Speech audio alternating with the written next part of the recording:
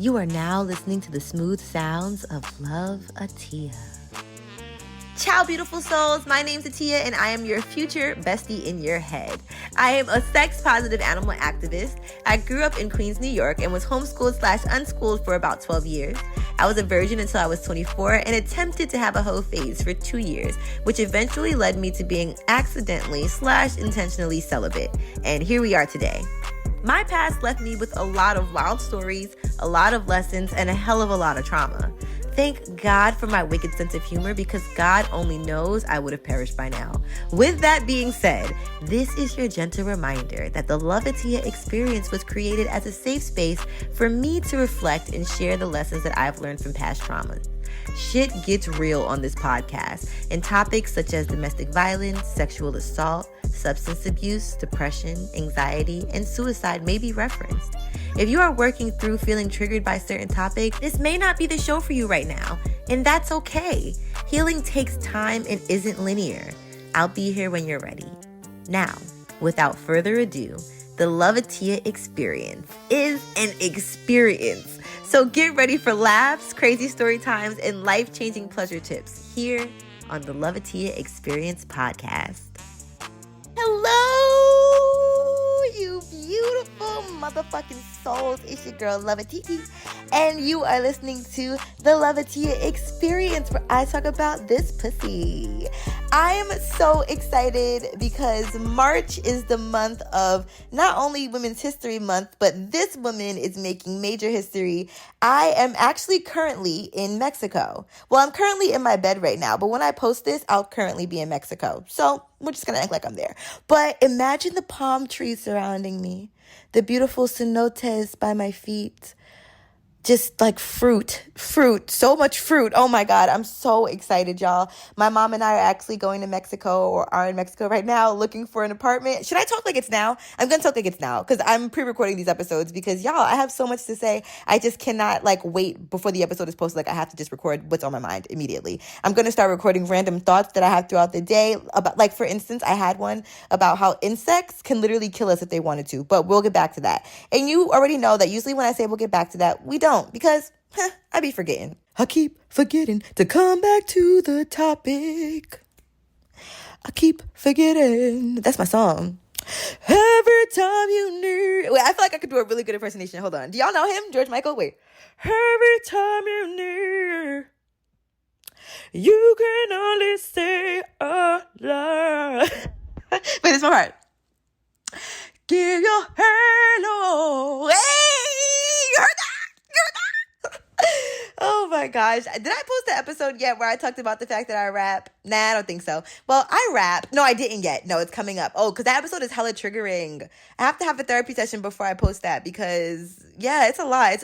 Yeah, okay. Anyways, let me just tell y'all now, I rap. I'm a rapper, but I'm going to talk more about it in another episode. But I just felt like that needed to be known, because I'm about to be in my bag. When I move to Mexico, it's a wrap for my rap career, no pun intended. But as I was saying, this woman is making history. We are looking for apartments. My mom and I, we are women making history. I'm so excited. I don't know if I mentioned in my last episode, which is very imperative, that it's my mom and I that are making the move. Yes, I think I did mention this, because this is a major part of the beauty of it. And I'm so excited to be able to be on this journey with her. So we are going to be looking for apartments, making connections, and or looking for homes, I should say, whatever that may entail. But I told y'all that I was going to tell you about the raw truth about my move, right? And the good, the bad, the ugly, the beauty, all that stuff. So tell me why 2 weeks before turning my car in, I get hit by a tsunami. No, not just one rock. And I know a tsunami is water, so let's say a comet. No, let's say multiple. Let's say a meteor shower. I got hit with a meteor shower of rocks on my car, and got a huge crack in my car windshield, and have a $817 bill that I have to pay right before moving to Mexico. God loves me. I am loved by the Lord. And the most ironic part is that I was literally just talking to my sister friend about positive expectancy with the move, and, keeping a positive spirit and not letting anything bring me down, and really knowing that everything is a divine sent lesson from the ancestors, really trying to stay positive, because, there were a lot of things that were trying to get me down. But anyways, long story short, yeah, y'all, $800. But if we are on the track of positive expectancy, because we were practicing positivity, I only had to pay $500 out of pocket, and then insurance took care of the rest. So $500.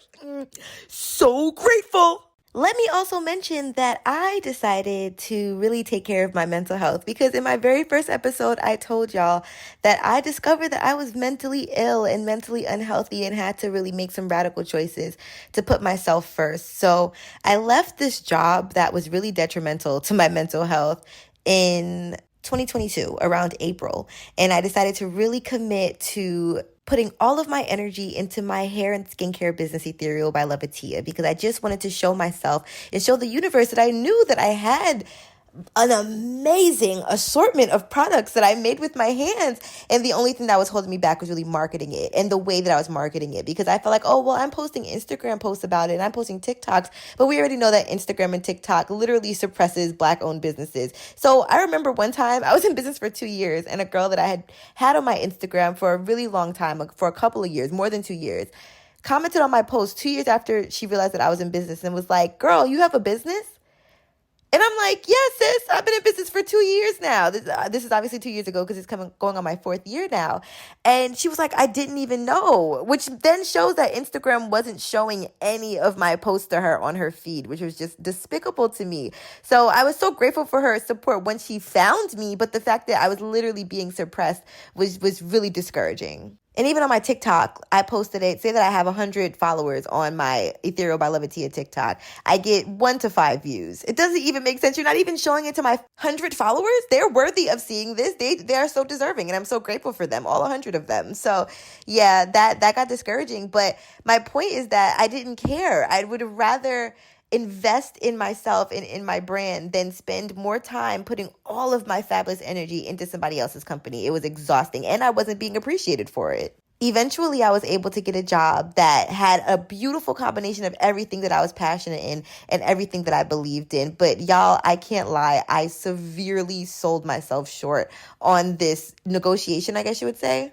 But once the new year came and I decided to up my prices because I finally realized what my actual worth was and the renegotiation happened, I was out of a job then because the renegotiation fell through. So that means that I have no income. I'm focusing on Ethereal, but obviously I'm still being suppressed. And thankfully, I'm being supported by people who just genuinely love the brand and who are addicted, which I'm so proud of myself for creating a product for people to be addicted to and for people to crave. But I can't lie, life has been terrifying, but life has also been so liberating as well. And you would think that I would have a severe amount of money anxiety considering my financial state at this point. And I never talk about my finances, especially on like a public platform. But I don't know. I just feel like, why try to put this persona of somebody who I am not? Like, I am not trying to, I just want to be real. I really do. So although technically I probably should be panicking, do you understand that I spent the last 15 years of my life, and that's just me doing some random math,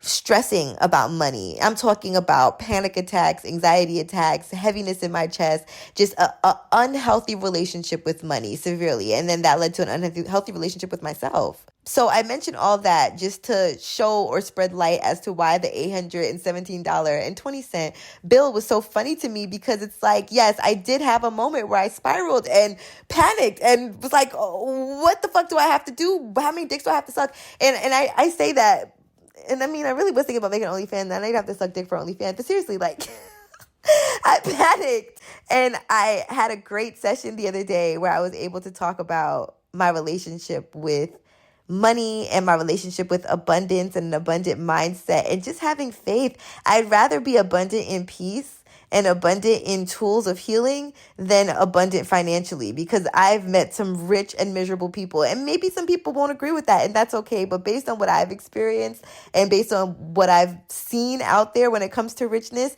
money doesn't always equate to happiness. So I've learned that I really have to get myself together spiritually first. So taking this leap that I'm on is definitely a big one, but it's definitely one that I know that I will succeed in because I have no choice. The universe has aligned things up so beautifully for me. So I just wanted to share that with you all. Don't think that I'm like, oh yeah, we got Beyonce money. Like, no, we don't got no money. But I don't want to say that I'm broke either because I don't want to speak that into existence. You know what I'm saying? Like, that's just a mindset. So, anyways, I'm going to keep manifesting my billions and billions and calling it a day. And then I also had an interesting relationship with billions because I read something the other day that said, well, not the other day, like years ago. So, but if, time, fuck it. And it said there's no such thing as an ethical billionaire. What do y'all think about that? Because I want to be one. And I'll be the fucking first. But when I think about it, I'm like, damn. Some people did have to get stepped on for you to get there, huh? Like, that's fucked up. So, yeah, I would like to know how to go about my billionaireship without having to have world domination, which is what seems like it's some people's goal. But anyways, the next episode that you hear, hopefully I'll be talking about how we found an apartment. Not hopefully. I'm going to be talking about how we found the most beautiful apartments and how our flights are booked and ready to go back and officially begin our journey's officially begun, but to take another step into our journey of freedom. Speaking of freedom and liberation, did everyone receive their pleasure positive email? I sent it out on Valentine's Day. By the way, my Valentine's Day was so chill. I literally just laid in bed. I watched movies. I did my hair. I gave myself a spa treatment with my Ethereal by Iloveatiya hair and skincare products. A shameless plug, obviously. That's another thing, by the way, trying to figure out what I'm going to do with my business when I'm in Mexico and like having it operate, but me not physically being in the US is going to be very interesting to navigate. So if anybody has any tips on how to move a business abroad or how to operate your business from the US while living abroad, please feel free to let me know because I definitely need any type of insight. I've been doing a lot of research, but I'm definitely down to hear everybody else's experiences. But yeah, I did a whole bunch of self-care of myself and just relaxed and rested with no expectations. I didn't check my phone all day. I didn't check social media because, oh my God, y'all. Oh. And even the day after, I really needed to stay off for the whole week because y'all are killing me. I'm not even going to go on a rant, I'm not. I have nothing to say. I hope that everybody really does feel the love that they exuded to put onto social media. Okay, here's a mini rant. It sucks because when I was experiencing Valentine's Day when I was single, I think I shared this in my bonus clip, I was sad and lonely when I was single, and I would try to find ways to make Valentine's Day be beautiful for myself, and my parents would help make Valentine's Day special for me when I was younger. But when I was in a relationship, and Valentine's days were either totally unmemorable or were one of my most miserable days in my relationship, which says a lot. Like, it makes me just think about all the posts and the loving tales that I would tell on social media about my relationship, but knowing damn well what was going on behind the scenes, like, it's just so hard to then look on social media and see all of these relationships, and it's like, okay, if you say you're happy, then good for you, but I don't want to sound like a hater, and I know people can grow and people can change, so I really do hope that everybody feels the love that they posted on their page, and just love in general. Like, I don't want to be negative. I also am protecting my mental health by not checking my crush's Instagram story nor page because I don't want to see something that I don't want to see. So I will just stay in denial. Denial is a river in Egypt. Your husband is gay. What's that from? That's Wendy Williams. Also, like, I'm just so clear, honestly, that bisexual men are for me, and me is for bisexual men. Speaking of men, I am so proud of myself for not downloading Hinge, Bumble, or I was going to say Tinder, but not Tinder because I'm banned, and I'm so grateful that Tinder banned me. You know why? Because I watched The Tinder Swindler the other day. Has anybody seen that? I'm not going to do any spoilers or anything just in case anybody hasn't seen it, but just know that show is crazy. Like, and it brings me back to the days on Hinge when people were unhinged. Like, I have so many Hinge stories. Oh my goodness. But yeah, I got banned from Tinder. And I've emailed them. I've asked them why. I've tried to find the answer, and they've basically ignored me or just stopped replying once the conversation gets back around to why I'm banned. So yeah, I'll never know. But I think that honestly it was a heaven sent type of ordeal because based on what I saw in the Tinder Swindler, people are diabolical. And so, yeah, I'm really grateful that I haven't experienced anything quite as bad as that. But let me tell y'all about the time that this man asked me for rent money. So I was on Hinge, and this man was everything and more. Like, he was the height that I love. He just looked like everything. He just looked like this Oh my God, I just had to re-record over this part because I went in my description of how good he looked. But just know that when I like a man, I really like a man. And when he looks good, he really looks good. Because, I don't know. I feel like okay, we're not even going to go there. But anyways, I say all that to say that I met this guy. I thought we had a connection. Straight out the bat, he tells me as a kid, all right, I'm trying to remember, like, I'm in my high 20s now, so I can't be shocked when people have kids. Later that day, no, maybe a couple of days later, we exchanged phone numbers and started texting, and he's like, yeah, I'm trying to sell some jewelry because, I got to make rent soon, and it's coming up. And it was like the middle of the month. It was literally the 15th. And then I said, oh, well, I know you got this. We were talking about manifestation and a whole bunch of shit that I was into. I think he might have even been vegan. That's what I'm saying. He was like the perfect guy. And he said something, remind me to tell y'all about when I got catfish. And I think I talked about this in another episode, but I'm going to repost the video on YouTube. Anyways, he ended up talking about, yeah, because, the deadline for rent is coming up. And he mentioned it again. And I'm like, okay, well, you got this. I'm sure that you'll make a whole bunch of sales by the time you need the rent money. This person is going to go and say, well, can you actually send me $100 or $100 and some dollars because I need it like by tonight or else it's not going to be good. And I'm like, this is not my obligation, sir. I did not sign up for this. I literally just was looking for love and somebody to cuddle with at this point. So I told him, no, I'm not going to give you the money. And did I even reply? I don't know if I replied or if I just ignored him. But regardless, I know that he hit me up later and said, oh, I'm sorry about earlier. Never mind. I was able to figure it out. My bad. Definitely never spoke to him again. I think he still had me on Instagram for a little while. Oh, and of course, guess his sign. What's my other version of a Leo? A Sagittarius, because they will never not be the bane of my existence. Speaking about the bane of my existence, can we talk about our relationships with our vulva? Because there once was a time where my vulva and I didn't get along. No, yeah, me and my vulva were ready to throw hands. And it was extremely embarrassing growing up because I couldn't put a word to it. For a while, I thought that I actually struggled with yeast infections. And so I would treat myself for yeast infections, but I wouldn't quite do it, quote unquote, correctly. So I remember there was a time when I would think that, drinking cranberry juice would help a yeast infection. Right, drinking cranberry juice. Straight up tart, bitter cranberry juice. Not cranberry juice cocktail like the kind that Regina had in Mean Girls. The one with all the sugar that can feed the yeast? Yeah, not that one. And then eventually, after growing a little bit beyond puberty, I learned about BV, which is bacterial vaginosis. So in this portion of the show, I just want to give a shout out to women and our vulvas and how amazing they can be. But also, did I say how amazing men can be? Anyways, I hope it didn't sound like men. I hope it did not sound like men, but how amazing they can be, as in our vulvas.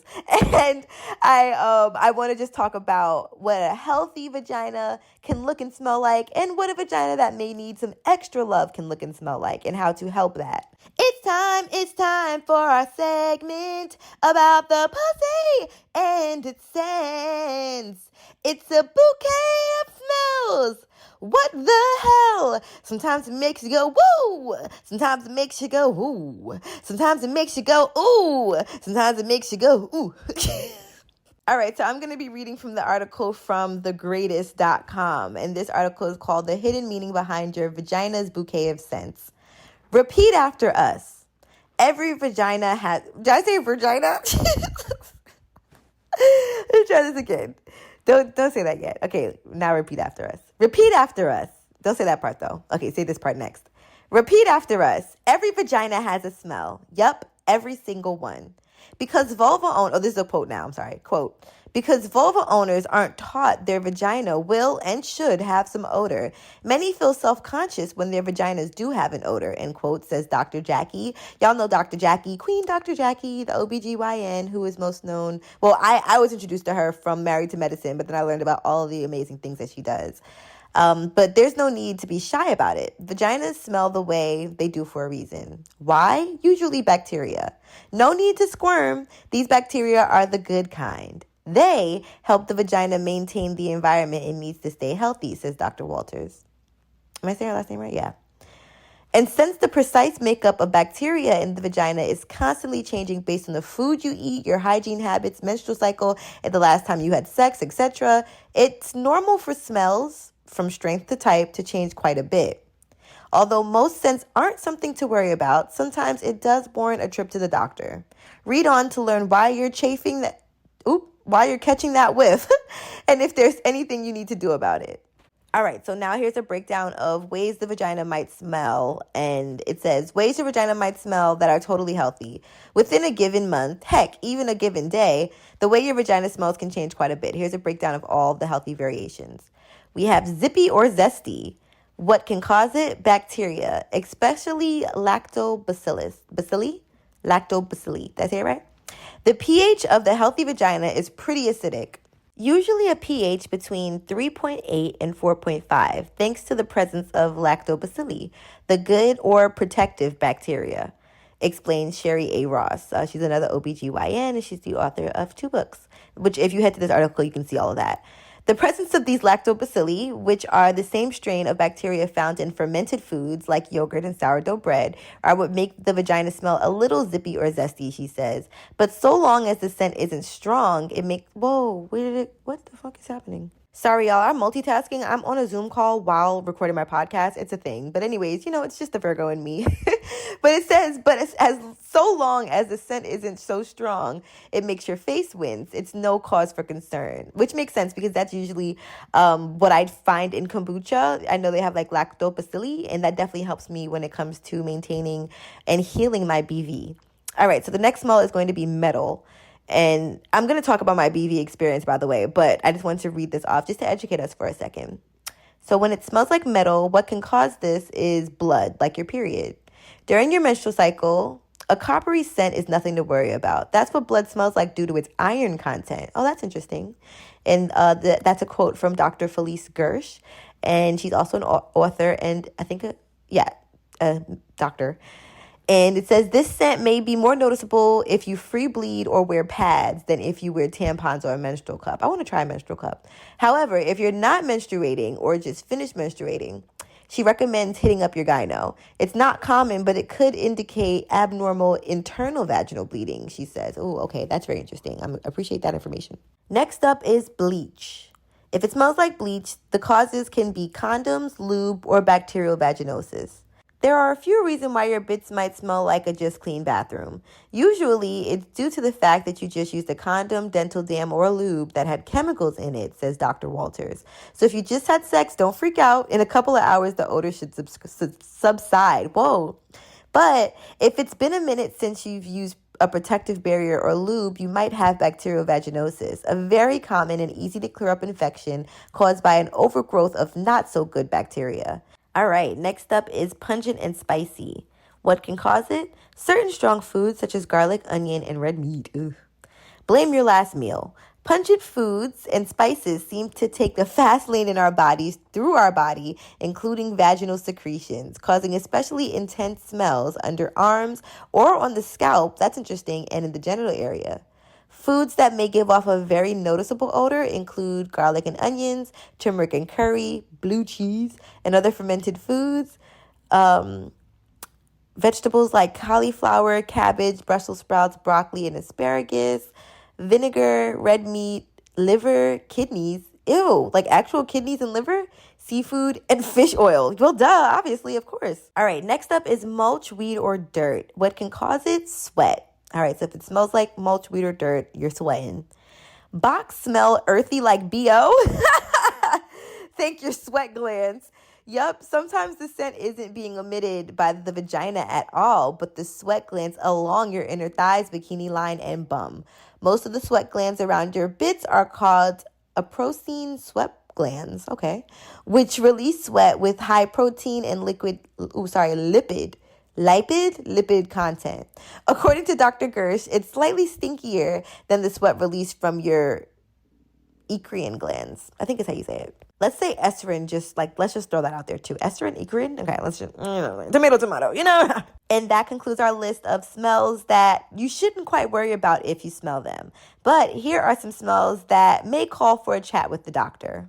In most cases, a vulva owner does not need to be concerned about their scent or visit a doctor, says Dr. Gersh. But there are a few scents that may indicate something else is going on with their vaginal health. If your vagina smells like soggy bread, what causes it? A yeast infection. When there's an overgrowth of yeast, your coochie can smell like sourdough bread, wet pizza crust, or the bread aisle, which Dr. Gersh says is a telltale sign of a yeast infection. If you suspect you might have a yeast infection, call your healthcare provider, etc., etc. They say they'll be able to prescribe either a prescription antifungal cream, ointment, oral tablet, suppository, or recommend an OTC option over the counter. Most yeast infections can be cured within 1 to 3 days. And always remember, there's always a herbal way to heal these quote unquote ailments. I want to call them ailments or infections as well. It's just kind of frustrating because, like, for me, the antibiotic that's prescribed for your bacterial vaginosis is one that can lead to a yeast infection. So then you have to go on an antibiotic for a yeast infection. And then you have to make sure that you're eating yogurt and kombucha so that you don't get the yeast infection. Like, it's just a lot. So yeah, that's why I usually try to go the natural route if I can. That's my own personal preference, but I just wanted to make sure I mentioned that. But do whatever you have to do whatever makes your body feel right, and do whatever makes you feel healthy and secure. All right, next up, if your pussy smells sugary sweet, what can cause it is high glucose, which means too much sugar. If your vagina smells more candy shop sweet than fruit salad sweet, Dr. Gersh says it could indicate high glucose levels. This is common in folks with diabetes. That's a quote. It says, if this smell persists, you have other risk factors associated with diabetes, and it's worth a checkup. Oh, sorry. If the smell persists and you have other risk factors associated with diabetes, it's worth a checkup. All right. If your pussy smells like pescado, which is fishy, then what can cause it? Trichomoniasis or bacterial vaginosis. A fishy odor always needs evaluation, says Dr. Gersh. It nearly always indicates an abnormal bacterial growth. What is hold up. I'm so sorry. What if fish smell like fish because of all the bacteria that's on them? And when you eat that fish, you eat bacteria. Although I know you cook them, but when you eat raw fish, you're really eating bacteria. And that's why fish smell like fish. Because the more you leave fish out, because they're not really talking about like fresh fish. I think you're talking about like, the fish smell. So yeah, like, ugh. I can't believe I used to be pescatarian. No judgment to people who are pescatarian, because I know a lot of pescatarians and I love them. But it's just, for me, a personal thing. Like, wow, these are things you don't really think of until you are out of it. Side note, this is no judgment, seriously, because I was definitely pescatarian for a whole year before I went vegan. So everybody's journey is their journey. But yeah, that was just something I was thinking about. Like, that's crazy. All right, I'm sorry. This says it nearly always indicates that it's an abnormal bacterial overgrowth, which is termed bacterial vaginosis. A fishy odor could also indicate the presence of a parasite called trichomoniasis. Trichomoniasis is a completely curable sexually transmitted infection once treated. And I feel like not enough people talk about trichomoniasis. So when we have our STD episode, we can definitely chat about it, because there's just so much that people don't know about it. And it's very, it is curable, but it's something that a lot of people have that they just don't know that they have and don't get tested for. Next up, if your vagina smells like rotten meat or a garbage can, it smells like that because you've forgotten a tampon.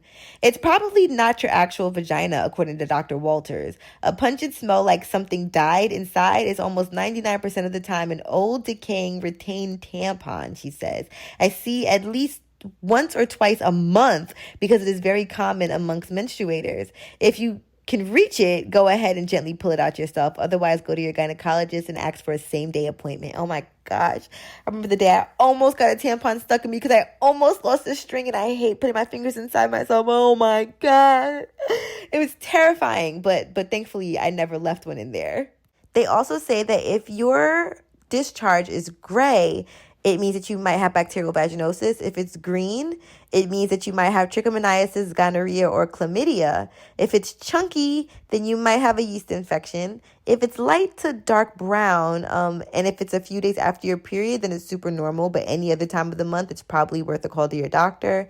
If it's light pink to red, same thing. That's normal for if you're spotting or have light bleeding after penetrative sex. But it says if you don't usually spot and haven't recently had rough intercourse, it might be a sign of something more serious. Ow, I don't want to bleed after sex. Maybe that's some people's thing, but I don't want that. It's making me clench my vagina. Okay, if it's clear, you're probably ovulating or super turned on. And if it's white to off-white, your vagina is just doing its self-cleaning thing. And some ways to keep your vagina happy and healthy are: don't douche, don't wash with soap, wear cotton and sleep naked, take probiotics, and avoid fragrances. I feel like this was super important to talk about on Women's History Month because again, we are so shamed regarding everything, regarding our vulvas, regarding our mental health, regarding our emotions, regarding our sexuality. So I really am trying to destigmatize all of these things that we were once told was bad. For instance, believing that our vulvas should smell like peaches and cream when niggas is out here with penises that smell like 40s, like black and milds, like old fermented collard greens. Like, they really have to stop. So yeah, it's not to shame penis. Well, we already know about men and their hygiene. So even they know, they're like, oh yeah, like, we're not hygienic. How is that your flex? Like, how am I like, I'm not hygienic, like, I'm a man, like. And that's why I love metrosexual men, because I know that they wash and they clean. By the way, I'm going through it when it comes to my experiences with men, so just bear with me and give me some grace, because Anyways, I posted on my Instagram and TikTok the other day and YouTube asking what people thought that a vulva should smell like, and I got a lot of different responses, but some people were like, it should smell clean. And what does clean smell like? It should smell like fucking vagina. It's an organ. It is a whole piece of your body meat that is outside and wet. That will you really expect it to smell like strawberries? And sadly, I once did. I struggled with BV up until I went celibate in 2022. Isn't that some shit? I literally struggle with BV. Now, some of that could be, I wasn't getting up and peeing right after I had sex. Or maybe the guy wasn't groomed when I had sex with him and his sweat juice went on my sweat juice and then got into my other glands. I don't know. Whatever the case may be, I understand that there's definitely a correlation between who I'm having sex with, but also my mental health. When I was in my relationship, that is when my BV was the worst. I can fully admit that. And he really threw that in my face, which is ironic because he was cheating on me during our relationship. So that is also definitely a cause of bacterial vaginosis and a pH balance being off. It definitely took a toll on my confidence, and I felt like there was something that I was doing wrong. I went to the OBGYN. I remember she stuck her fingers in me and then made me smell her fingers and was like, yeah, like, this is what your vagina smells like, and it should smell like a mushroom. Bitch, I know I smell my fucking vagina. Like, you don't need to shove your fucking fingers in me and then in my nose. I remember I told somebody about that, and they were like, that is so inappropriate. Like, I'm so sorry that happened to you. But yeah, I remember when I was younger, I used to wear certain types of underwear, and this is before I was having sex, and I think that I was having yeast infections back then, but it might have been BV as well. But I just remember I was eating horribly, so I wouldn't be surprised if it was a yeast infection. And I was eating red meat, which is everything that they listed that said that it can cause a scent. And so I used to wear these panties that I would think would like trap what I considered to be an odor. Whole time my vagina probably smelled like vagina, and I just didn't know what a vagina was supposed to smell like. But I can definitely admit that, like I said, when I was in my relationship, I knew for a fact that something was wrong. But when I was a virgin, I'm trying to think about my experience back then because I wasn't having sex. So what was impacting that? Now, I was sexually active to the point where I was getting fingered with guys who were not manicured, were not washing their hands before they fingered me. I was getting oral sex after I was 21, and that was when I was still a virgin. So that could definitely be a factor. But even when I was just going through puberty, I remember, like I said, wearing the panties and wearing tight jeans. And it's like, what came first, the chicken or the egg? Because the tight jeans could lead to the yeast infection. So that definitely, one plus one equaled two on that one. And then, like I said, I was drinking the cranberry juice, but not the cranberry juice. I was drinking the cranberry juice cocktail. So I think that all definitely played a major part in my vagina and my vaginal health. And I literally had horrible shame surrounding this. And I don't want to call it horrible shame, but I literally had deep and immense amounts of shame regarding my vagina and my vulva up until I was 28 years old.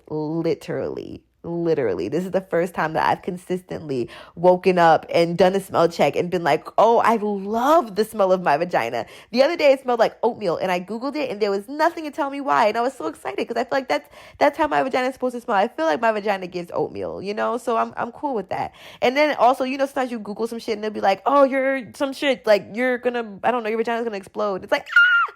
So that's why I don't like to Google stuff. But I was happy to find nothing about my oatmeal vagina. So yeah, I just wanted to share that because even if it does smell like one of the things that I listed, there's nothing that is broken. There's nothing that's wrong with you.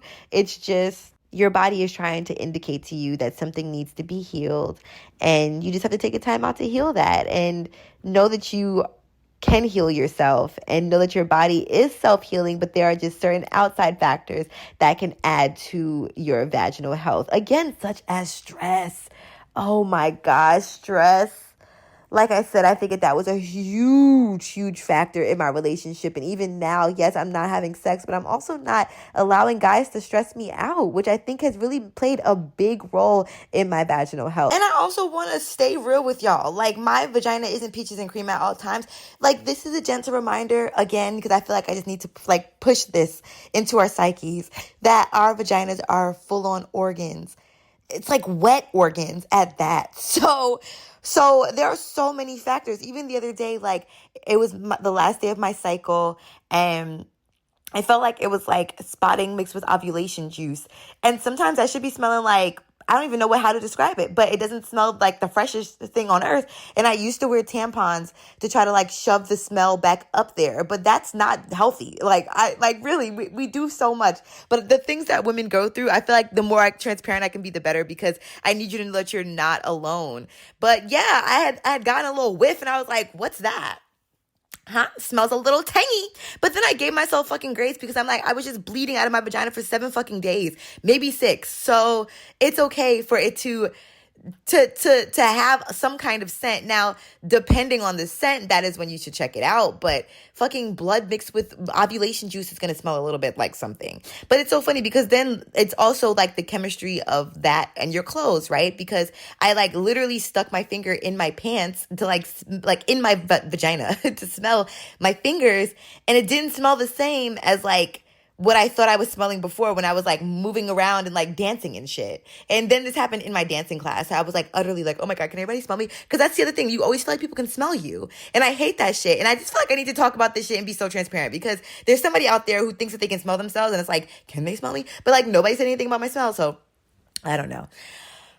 But with that being said, just know that it's not supposed to smell like strawberries. So you just don't expect it to smell like strawberries.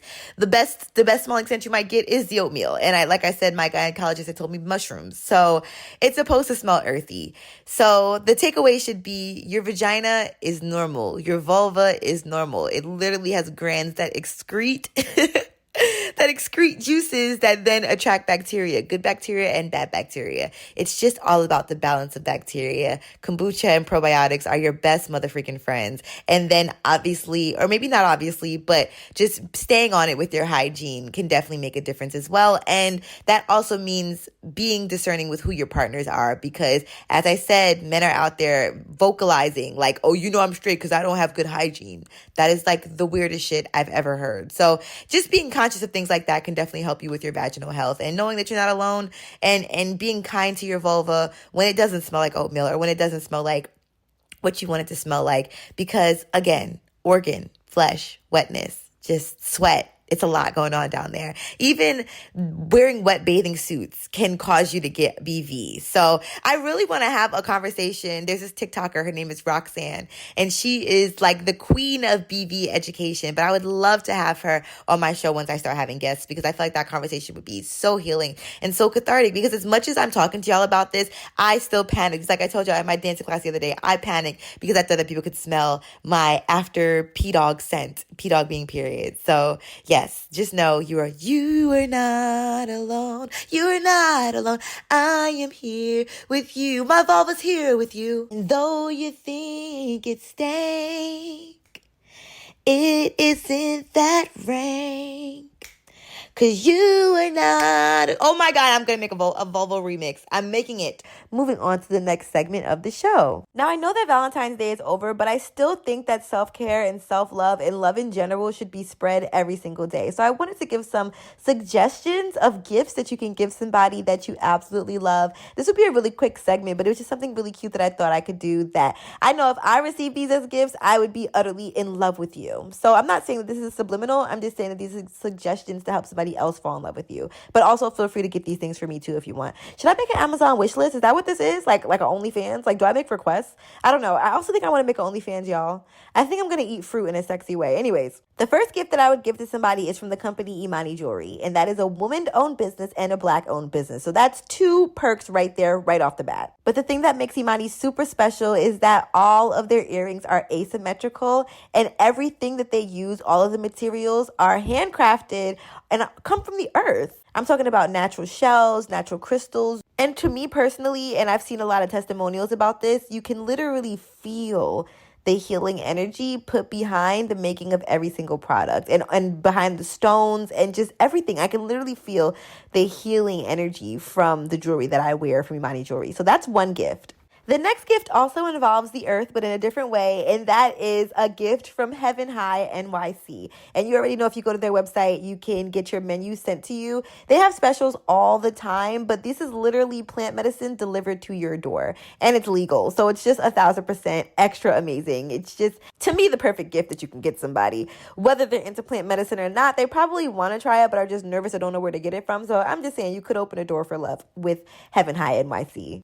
And if the person that you're into is in love with self-care and wants to be more in love with themselves, then I recommend Ethereal by Iloveatiya, which is a vegan and cruelty-free hair and skincare company by me. I hand make all of my products. I just premiered my new sugar scrub, which literally has all ingredients from the earth. It's all natural. And one thing I stand by is the fact that all of my products work. That is something that I feel like a lot of companies cannot say. And these are companies that mass produce and sell globally. So I'm very proud to say that I am homegrown, hand make all the products myself, and my shit works. And then if you're looking to enhance your sex life or your sex life with yourself or somebody else's sex life, then I recommend heading to adamandeve.com. The best thing about listening to the Iloveatiya experience is that you get these super special coupon codes that you can use. For instance, if you use the code Iloveatiya, which is spelled Loveatiya, then you can get 50% off just about any item.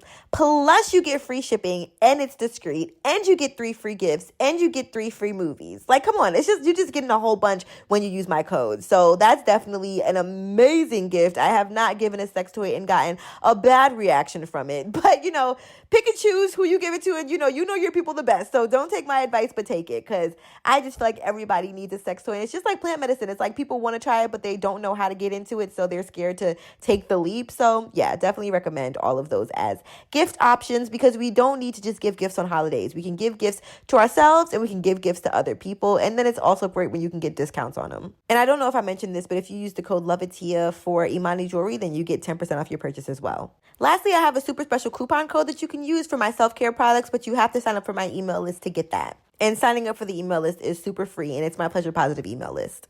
All right, so now it's time for my other new segment, which was all about Black History sex facts. But just because it's not Black History for you anymore doesn't mean that it's not Black History for me every fucking day. Every day. I love this shit. So I'm making Black History by extending my Black History into every month of this year. So with that being said, I actually want to read you this article, and it is from Lovability Inc. And it is literally about how Black people created birth control. So it says, conceiving contraceptives. Early Africans are believed to be the first to invent birth control. They used pulling out, periodic abstinence, and intravaginal plugs made of roots and grass. As ancient Greek and Roman societies started to adopt these natural contraceptives, they relied on African herbs, which they gained through settler colonialism. It followed that the first groups of enslaved people in the U.S. retained some of these early birth control methods, though their use was strategic. Black enslaved women who were deemed breeding slaves in the South specifically used birth controls and abortives to avoid having their masters' children or children from arranged marriages with enslaved men. They did so to keep white slaveholders from gaining more slaves. Because of this, slaveholders accused these women of having a secret knowledge. These women innovations not only kept their potential offspring from a horrible future of enslavement, but kept white supremacist slave owners from profiting that much more. That's pretty powerful if you ask me. And that's pretty powerful if you ask me too. That's how they ended the blog, but I just wanted to say my part too. Isn't that shit so fucking deep? What does that remind you of? What we're going through right now.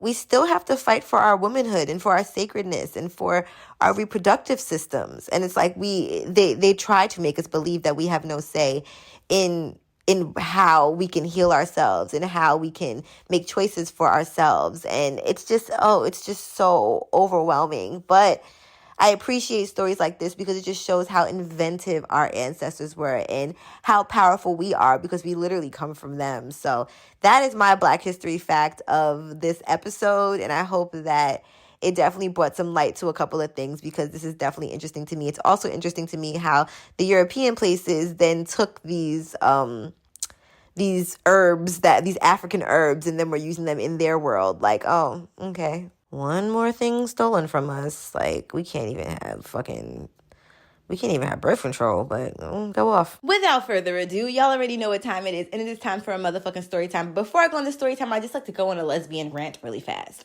Every time I pass a woman in the store, I fall in love with her.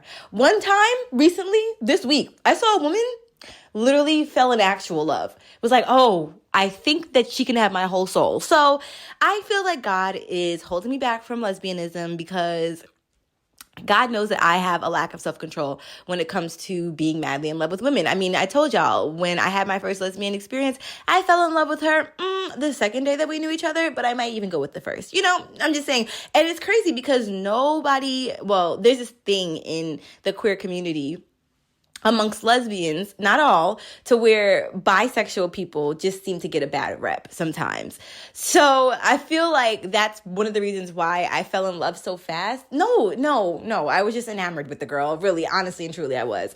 And I was just really grateful that she gave me a chance. And not only that she gave me a chance, but that I was just as attracted to her. Because don't get me wrong, people have given me chances, but the attraction wasn't even. So yeah. With that being said, here's a story on my second experience of lesbianism via a date I went on last year. So this was my last real sexual experience, I will say. Although I say that my celibacy really started in January when I had my last two sexual partners, you know, the ones that I had a week apart, them. Yeah.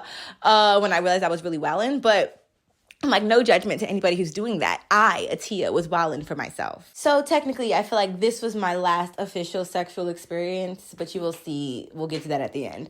So I met her on Hinge, and this is, okay, so as you know, I've had like 92 Hinge profiles at this point, between 92 and 93. So for this profile, I said, look, I'm lesbian. I'm not giving these niggas none of my time. So I literally set it to just show me women. And it was great. I was connecting with people. I was attracted to people. But for whatever reason, the conversation just always seemed to die out. Or else the girl got back with her boyfriend. Because that's what people were really giving. Either the girl got back with her boyfriend, or the girl got back with her girlfriend. Side note, I will never forget, and I think I still have her on social media, so not to put your shit on Front Street, girl, but I remember I hit up this girl. I had a crush on her. I thought she was really beautiful, and we were DMing. Oh, we had connected on TikTok. That's what it was. I posted some lesbian shit on TikTok. And the very first thing that she told me was that she was feeling away because she was living with her ex, and her ex had gone out that night. Now, again, I can be talking about any lesbian out there, because it is a known thing. And if you feel like this is fucked up, okay, but this is my reality. It is a known thing that a lot of lesbians tend to have things going on with their exes. Make that what you want it to be. Either you can't get rid of the bitch, or you're stuck on her, or it's toxic, or she won't let you go. I don't know. It's always something. Or you just live with them and are not fucking them. It's the weirdest shit I've ever seen, but it happens. And it has actively been a pattern in my lesbian experiences. So I'm not just going off of hearsay. I'm going off of my literal experience. Even I told y'all, my first experience that I had, my first lesbian experience, she was really hurt by her ex. And it took her, I think she said, 2 years to really grow through healing through that. But even when I met her 2 years after the healing, and she was still actively talking about this ex and healing from this ex. And I get it. I mean, I still talk about my ex, so there's that as well. Trauma is trauma. But I'm just saying that there's a pattern that I've seen, and if you are in the community and feel differently, then that is beautiful, and that gives me some hope. But I feel like there are a lot of lesbians out there nodding their fucking heads. And I try to be very fucking careful on this podcast with all and every, because people love to nitpick my words. Somebody literally nitpicked my word the other day, and I was like, did I even say that? Like, I don't even listen to myself that hard. Like, stop listening to me that hard. Don't listen to every single word that I say. Listen to every other word.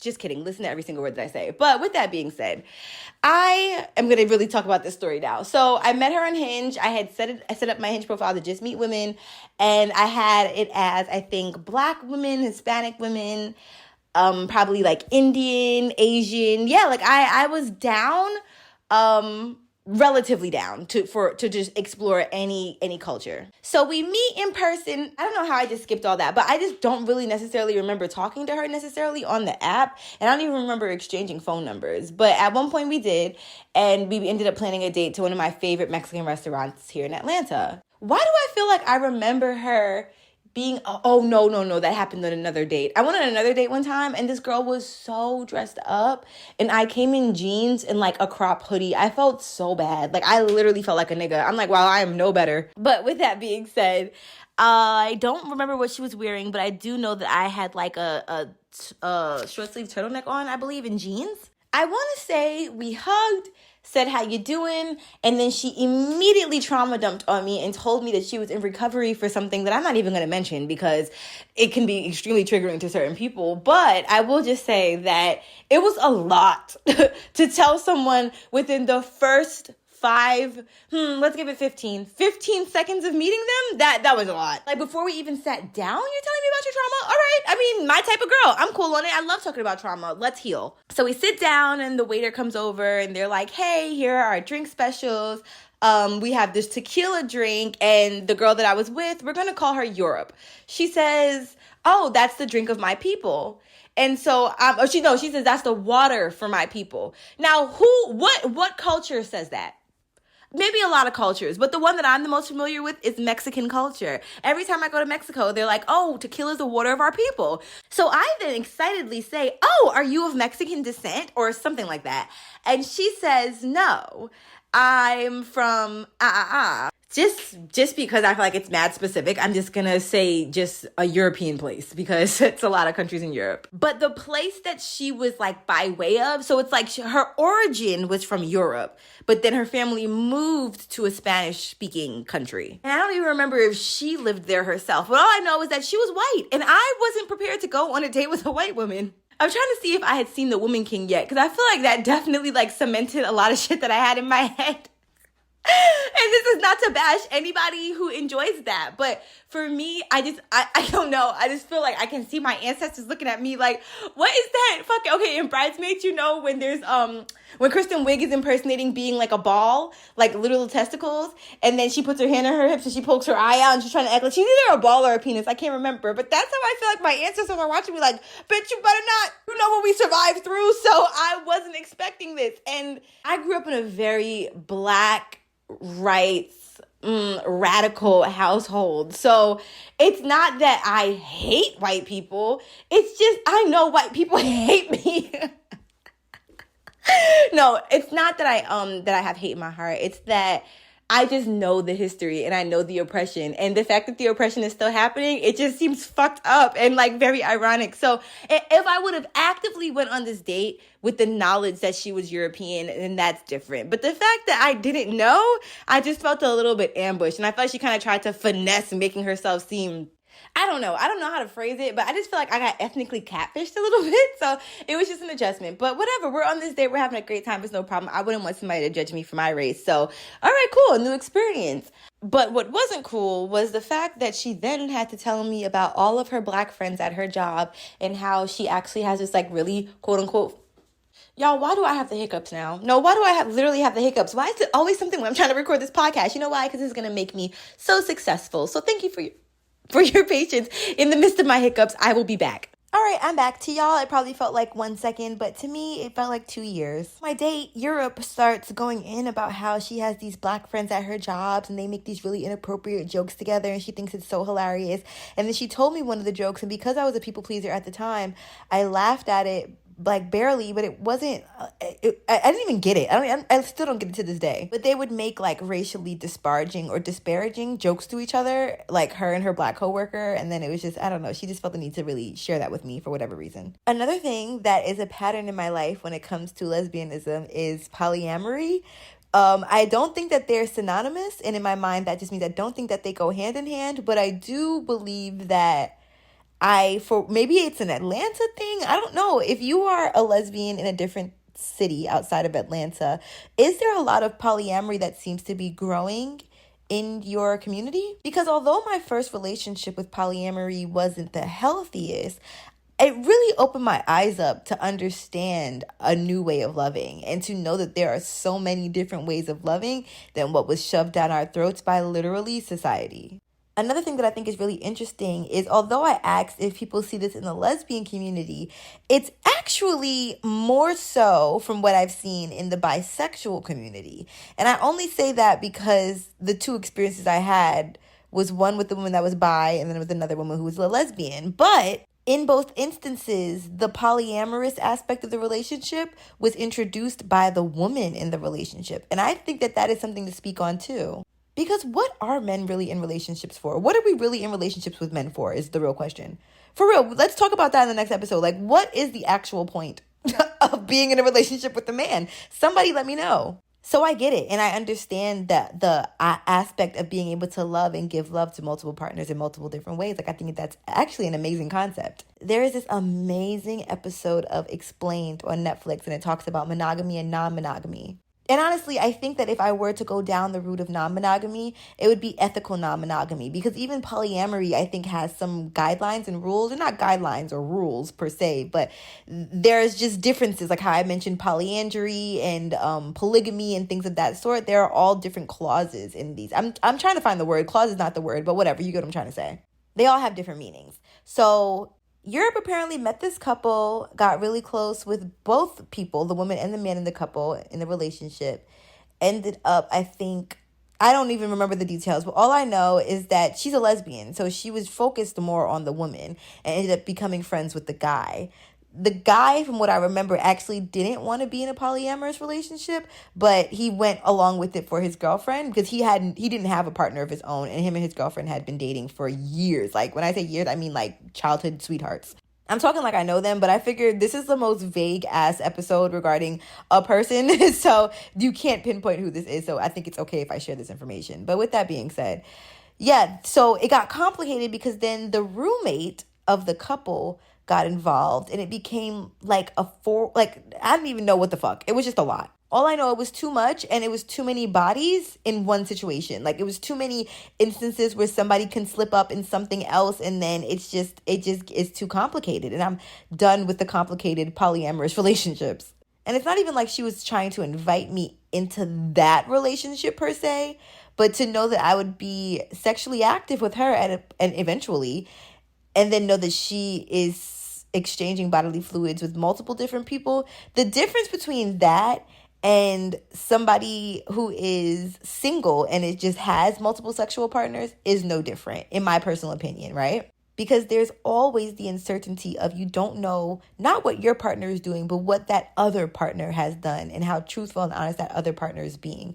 That's one of the reasons why, even when it comes to getting tested, yes, getting tested and having a fuck buddy is cool, but if that fuck buddy is fucking around with other people, the whole getting tested thing doesn't really matter after the first time, because that person can then fuck with somebody who hasn't gotten tested in a long time or who might be carrying something that they're not sure that they're carrying and then share that with my partner, and then my partner brings that to me, but they didn't have the whole, oh, let's get tested thing together. It's just a lot. This is literally one of the main reasons why I'm celibate, to be honest with you. I was just so disgusted by how much people didn't care. I'm not disgusted by the thought of an STD or an STI because it's a disease or it's an infection. What I'm disgusted by is people's carelessness when it comes to their own physical health, when there are preventative things you can do to be healthy in that way. I want to have an actual entire educational episode on STDs and STIs so we can actually learn together, because I definitely have formed my own stigma surrounding certain STDs and really have to check myself, especially being in the world of pleasure positivity. I never want anybody to feel stigmatized or shamed based on my own ignorance, or more so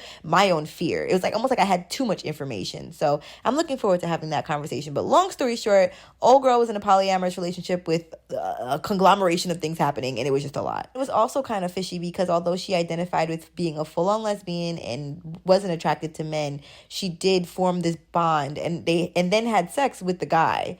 That's when it starts getting, you know what I'm saying? Like now you're probably like, oh, like, yeah, like it's a lot. And a major, major, major red flag was when we finished the date. And I know I skipped the part. I'll get back to that. But I remember we finished the date and I had texted her about us getting tested. Like, okay, you know, before we mess around, we need to get tested. Keep that in mind because we're gonna wrap back around to that. But not even before we mess around. Let me stop beating around the bush. We messed around. But I don't want to skip that part. Okay, so I hit her up and I was like, I do care about STD testing, so we do just both need to get tested together. And I didn't even say it like that. I'm trying to think of how I bring it up to people. I told her, well, as you know, I'm really super conscious of my sexual health, and I just want to make sure that I stay on top of things. So I would love for us to go get tested together, and that way I can not be in my head the next time that we're intimate. That way I can really just be in the moment. This girl is going to reply to me and say, well, lesbians don't really get STDs. Like, it's really hard for a lesbian to get an STD. But okay, yeah, sure, we can get tested. That's no problem. Are lesbians superhumans? But are lesbians just like not susceptible? There's just a button you press, you're a lesbian, and then you don't get STDs? Like, what? I don't know where the fuck she got that from. But as long as you have a vulva or a penis, you are definitely, or a fucking mouth, you are definitely receptive to having an STD no matter what your sexual preference may be, or who you love, or who you have sex with. So yeah, just to clarify that for whoever is out there thinking that lesbians can't get STDs, I don't know who's perpetuating this information, but it is very untrue. Oral contact with somebody who has a STD, specific STDs and STIs, or genital contact. And depending on the STD, you can even find your partner to have sores around their thighs. So my point is that, yeah, nobody's immune to getting an STD and or STI, and everybody should be mindful as well as just conscious of your sexual health and making sure that you're checking in on that and knowing your own status for this sake of your own peace of mind. All right, so we're back at dinner and, things are cool. We're having conversations. Eventually we get up, we split the bill, and she said, do you want to take a walk? So I'm like, okay, yeah, sure. So we're about to start walking, but it's kind of cold. You already know how Atlanta is. So we ended up getting in my car. And I remember at some point the conversation of intimacy came up, and I said, I don't want our first time to be in the back of a car, because my first time, from what I can remember, was in the back of a car. Well, my first official time with a woman, and I shared that with her.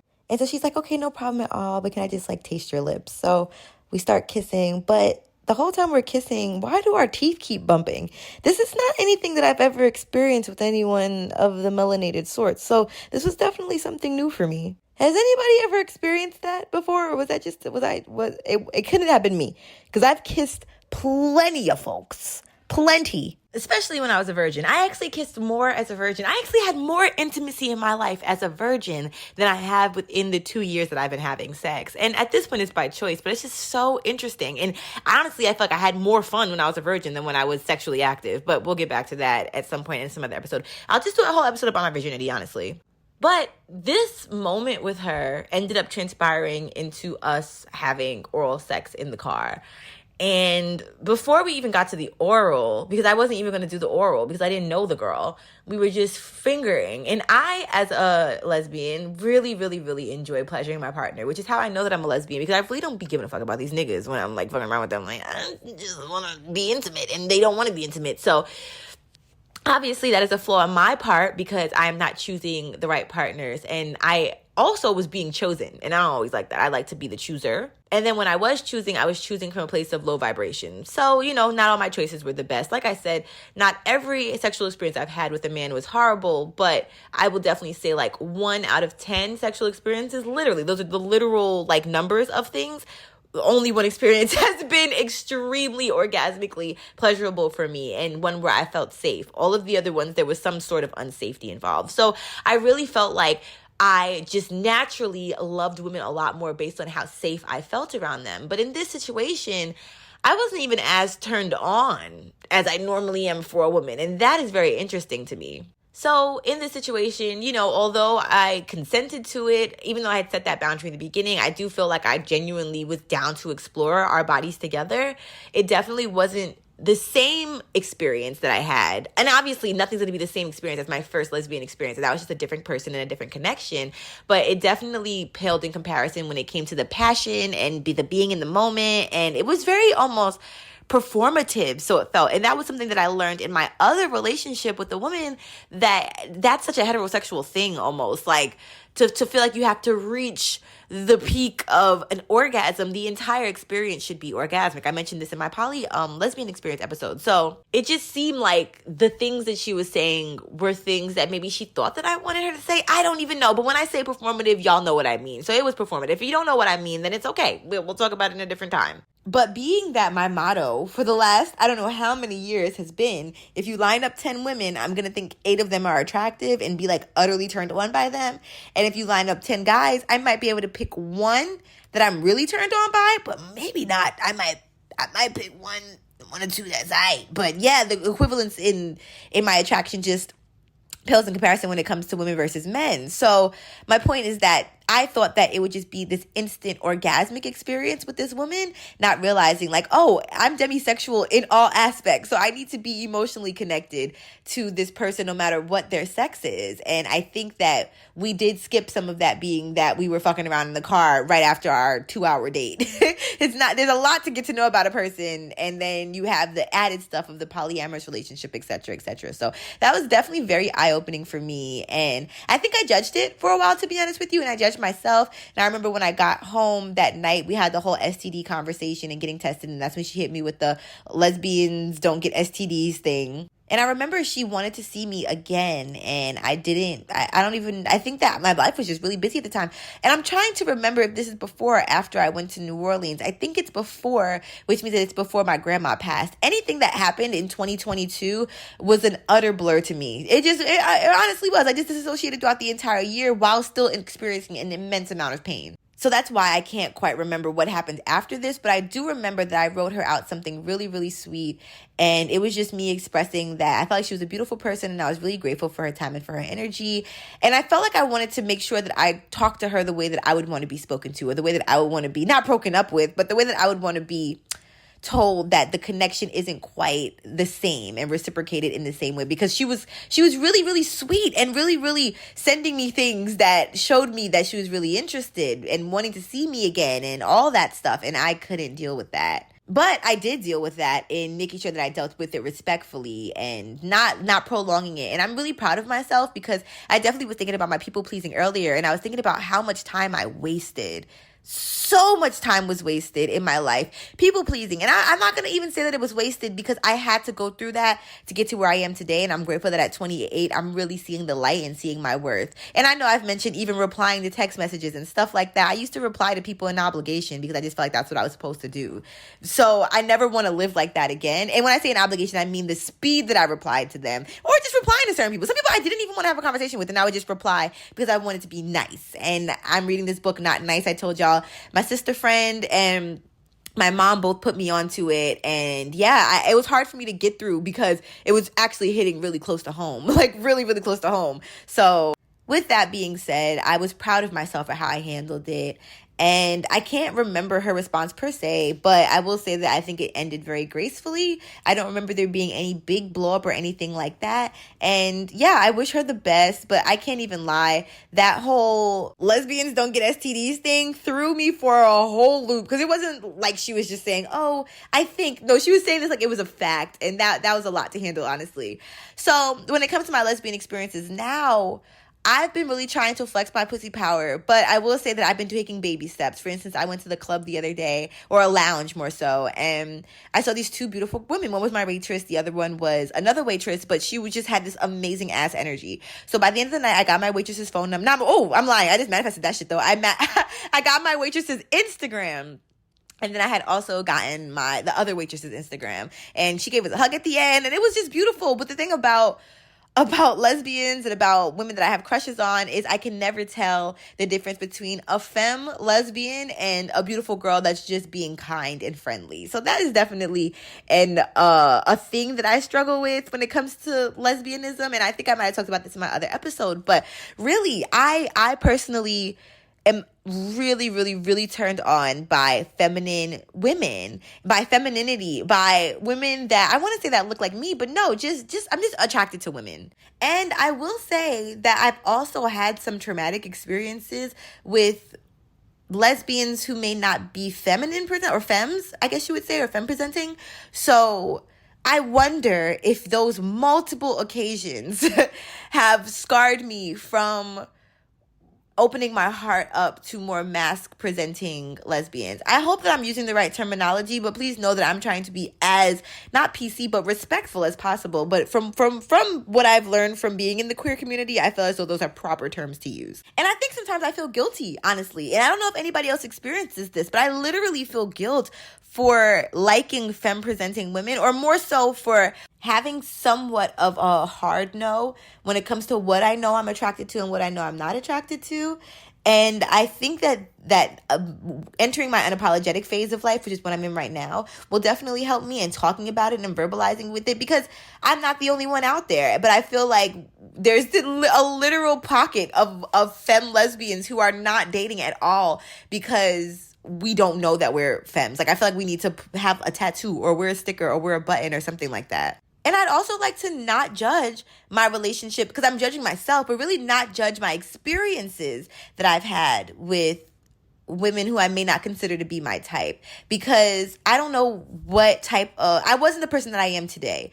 So the way that I'm able to give people amnesty for the way that I was treated, I wasn't able to do that back then because I didn't have the tools. And so it just seemed like personal attacks. And when it happens multiple times with a group of people, I just talked about this in my episode regarding Mexico and how you can have this stigma surrounding a group of people because of your trauma, and it's not fair. So I think I definitely judged that and would like to get to a place where I have just deep compassion and understand that a preference is a preference, and that's okay. And now that I think about it, I also feel like that just ties back into me having to create a better relationship with masculinity in general. I know that it's not just mask presenting women. It's literally masculinity as a whole. So I know that I have a lot of work to do when it comes to that, and I'm giving myself grace because of all the lot of trauma that I had regarding all things masculine. So I get that. And I also would like to decipher what my relationship is with myself and my own masculine energy. I think that is a very important conversation we can have as well, because I'd like to write down even ways that what I think masculine energy is and what I think feminine energy is. And I'm also excited to see what maybe society thinks masculine energy is and what society thinks feminine energy is, and then compare that versus what I think, because I could also be very swayed by society as well. I'm a human, so I know that I have this subconscious programming that I'm constantly trying to deprogram. So yeah, I'm really excited to just have a healthier relationship with all things masculine in general, and even a healthier relationship with all things feminine, because why am I scared of putting myself out there when it comes to dating feminine women? I know I crave it. Even based on my experience in the lounge last night, that girl was beautiful. And she gravitated towards me and my sister friend. So obviously we had like energy. There were a whole bunch of women in that club. Not all of them were coming up to us. A lot were, but not all of them were having these experiences. So yeah, I'm really excited to get into this world. And I also think that I have this stigma in my head based on what I experienced in my relationship. And honestly and truly, based on what I've seen in relationships, I think another major stigma in the lesbian community is that we move very fast. And I think that as somebody who once coined themselves as having commitment issues, that is so scary to me. And I talked to my mom about it, and the scariest thing is I'm scared to let somebody down. And I'm scared that I won't be able to keep up. So when I have these weeks of not wanting to reply to people, if I have a woman who's in love with me and I'm in love with her, I'm going to feel so guilty and like I'm letting her down or neglecting her or neglecting my relationship with her if I don't tend to her in the moments that she needs me. So I would love to decipher that as well. But I think that I kind of just deciphered it. Like, that's definitely one of the reasons why I haven't committed to, even if I have met a woman who I am very attracted to, I haven't made a move because I don't feel like I can commit to that right now. And I feel like if I make a move, I want to be able to commit. I don't want to be flaky like these men. I don't want to be flaky. Remember, I told y'all I was no better than a man when I went out on that date and she was all dressed up and I was not. So yeah, things like that. I just want to be so much more conscious in my dating. I feel like Dory from Finding Nemo, but is that my conscience? I want to be so much more conscious in my dating because with women, but that also makes me realize how unconscious I am in my dating with men. And I'm actually more selfish in my dating of men than I am of my dating with women. I feel very selfless to believe that I want to be able to have the room and the space to be able to curate and cultivate this relationship with a woman. But when I think about a relationship with a man, I think I want to be distracted. I want to be busy, and I don't want to have expectations because I don't want to be out there waiting on some man and disappointing me and being disappointed, et cetera, et cetera. So that's very interesting to me to verbalize as well, and to be able to pinpoint that and say, okay, like, because I'm thinking about my other relationships, and I'm like, no, seriously. And that's why I used to get drunk and text men, because I couldn't be in a fully sober state interacting with men because the disappointment was just so, oh my God. Did I tell y'all about the time that I posted on TikTok and I said, men are so disappointing? And they literally blocked the video and almost put my shit on my entire account, even though that was to something totally different. So I'll just say they blocked my video and said that it was due to hate speech, because I said that men were so disappointing. I know that TikTok is definitely a men-run organization, because any of my posts about how much I've been hurt by men or can't stand men, those all get suppressed. Those get suppressed worse than my sex videos. And that's saying a lot, because them should be suppressed. They don't get more suppressed in my Black-owned business videos, but they do get more suppressed in my sex videos. Yeah, that's freaking crazy. So the lesson here at the end of this episode is really more so of a question. I really want to leave us with questions, because I can't be out here teaching lessons. Like, only God could do that. Only the universe, whoever the fuck you believe in, only that person or thing or entity or energy can do that for you. So I really would love to just have the intention on a feeling that I'd like to leave people with, but I can't even control that. I really can't. And I feel like I've actually lived my life trying so hard to make people feel a certain way, which is good, like make people feel good. And anytime I didn't make people feel good, I felt so bad. That's why when I would find out that, like, oh, somebody may have been triggered by an episode, I felt an immense amount of guilt. And I'm like, oh, hell no, we're not about to do that, because this podcast is literally all about me expressing myself authentically and healing from my trauma, because I'm healing in therapy, but being able to have another space where I could just talk for an hour and a half about my shit is also very liberating. So, and then to know that people are listening and care, wow, this could have just been a personal fucking diary and I wouldn't have cared. So the fact that I have people tuning in, that's great. Thank you so much for that. Like, I really appreciate you caring this much about my thoughts. So what I am taking away from this episode, and you could feel free to let me know what you have taken away from this episode in my upcoming posts on TikTok and Instagram. What I took away is that I'm getting closer. I'm getting closer and I'm healing. I'm getting closer to having a healthy relationship and a healthy outlook with dating. And I can tell based on the way that I explained this story, the way that I talked about masculine and feminine energy. I was so scared to offend. Like, I never want to offend a group of people. So I was so scared to offend, although I'm in the community.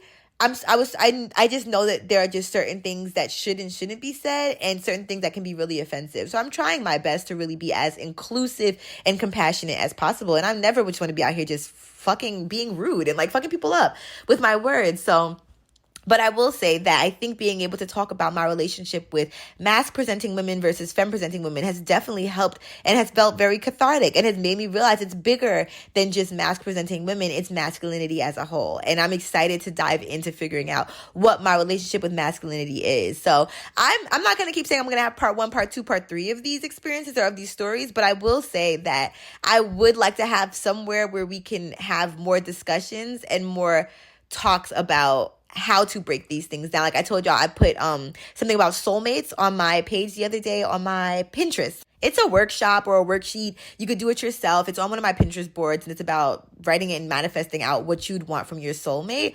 But I'd like to do something like that when it comes to masculinity and femininity, and really breaking down, almost like a workshop, but something that you can take and do yourself, like an outline. So we'll see. I was thinking about relaunching my membership page.